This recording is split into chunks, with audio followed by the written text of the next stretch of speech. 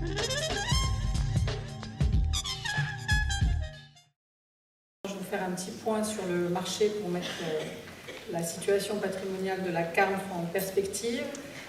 Alors sur le marché essentiellement français et même plus spécifiquement francilien, on verra le détail tout à l'heure, on observe un maintien des montants investis par les investisseurs, confirmant toujours ce rôle de valeur refuge qu'a l'immobilier.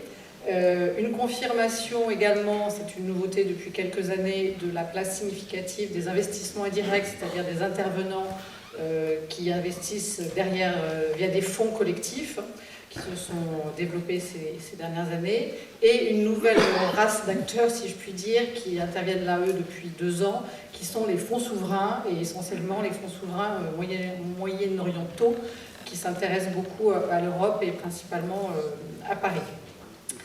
Donc l'année 2012 a été très active en immobilier. 2 acquisitions d'immeubles de bureaux, de commerce et bureaux à Paris 8e et à Paris 9e.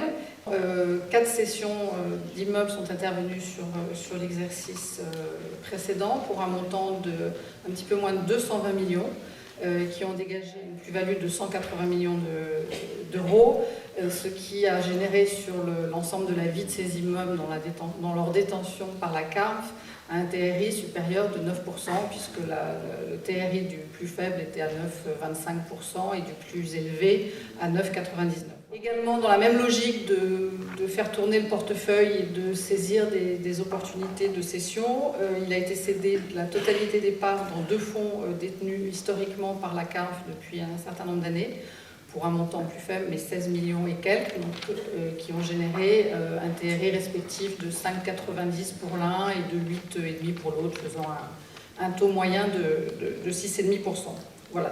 Donc les loyers encaissés en 2012 se sont élevés à 45 millions, en hausse de 18% par rapport à l'exercice précédent, mais l'exercice 2012 est un exercice un peu atypique parce qu'on a engrangé à la fois les loyers des actifs qui ont été cédés, qui font plus partie du périmètre déjà en 2013, et en même temps certains loyers des actifs nouvellement acquis. Donc c'était un exercice un petit peu atypique.